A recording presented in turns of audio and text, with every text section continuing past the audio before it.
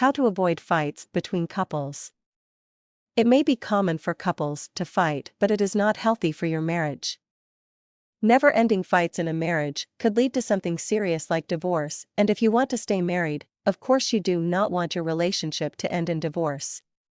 There are ways to avoid fights between couples, and here are some tips. Be reasonable in your arguments. Although you are united as one and supposed to think as one, in reality you both have differences. Arguments may arise anytime, but there are ways to be reasonable in your arguments.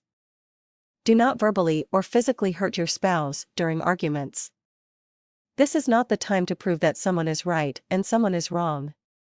To avoid fights between couples, always remember that you have common interest and you are just brainstorming to solve the problems in your marriage. Avoid getting angry on small things.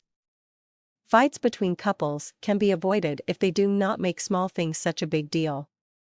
Of course, it is inevitable that your spouse will do things that will disappoint you, but you also have to understand that we are humans, we are not perfect, and we commit mistakes.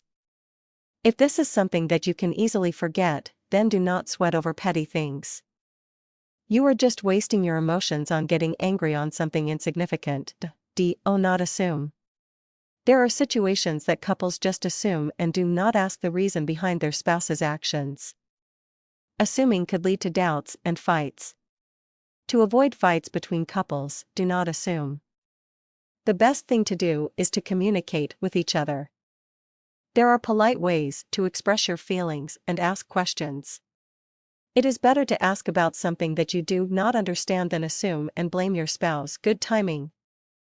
If your spouse had a long, tiring day, this is not the right time to talk about problems at home or anything that could add pressure on your spouse.